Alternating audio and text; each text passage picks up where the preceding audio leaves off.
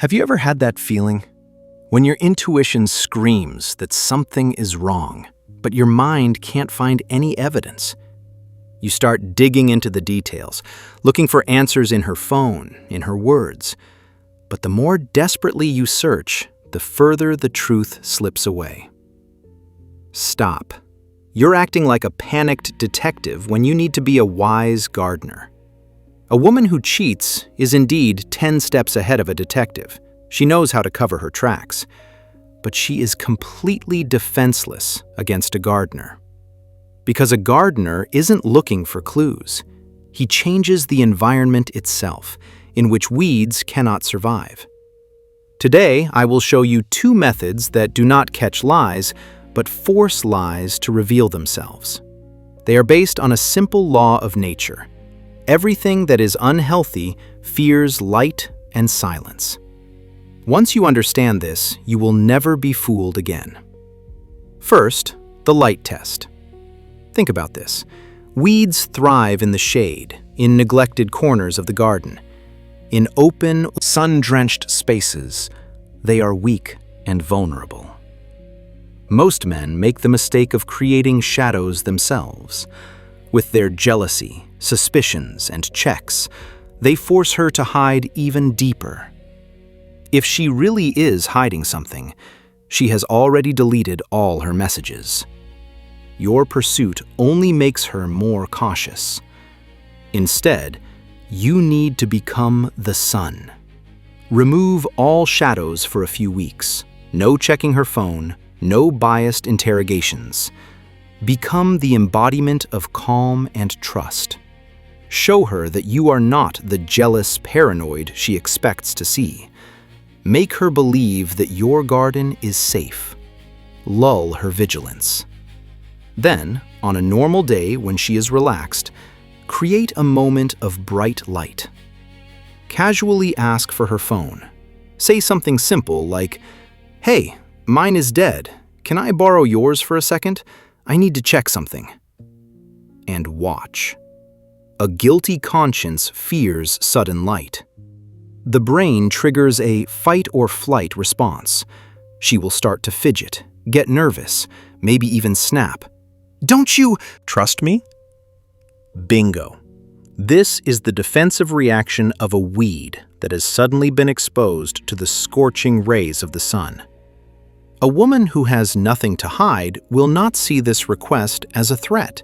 She will react calmly. The best part? You are not accusing her. You are simply observing her reaction to the light.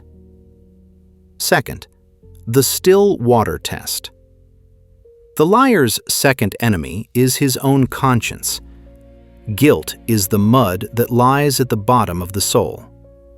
As long as the water is agitated, this mud is not visible. Instead of stirring up a storm of accusations and shouting, make the water in your garden completely still. Create a moment of complete calm, and then throw a single small pebble into that water. One evening, when you are both relaxed, look her in the eyes, not with anger, but with quiet sadness, and say one sentence. "I know what is going on between us, and I just want honesty." Now, be silent and watch. If she is innocent, her reaction will be sincere bewilderment, perhaps even hurt, but not panic. But if there is a cloud of guilt at the bottom of her soul, your little pebble will bring it to the surface. Her body will betray her before her words do. Nervous, forced laughter. Instant aggression. "What do you think you're doing?" An attempt to change the subject, to avoid answering. Or, conversely, overly passionate, detailed excuses. A wise gardener doesn't need a confession. Her reaction is the confession. The murk that has risen from the bottom will tell you everything. Why does this work? You create unbearable psychological pressure, but you do it with your calmness. You don't accuse, you state the fact as if you already know the truth. Her brain goes into chaos, and she falls into a trap set by her own conscience.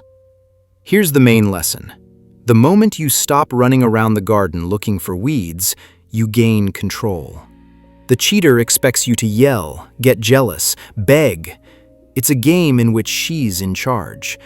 But when you remain calm, like a gardener who simply observes his garden, and use her own psychology against her, she is lost. She doesn't know how to play this game. And remember, if you find a weed, don't argue with it. Don't try to fix it. A wise gardener simply pulls it out by the roots and walks away. Because he knows the value of his garden. He knows his worth.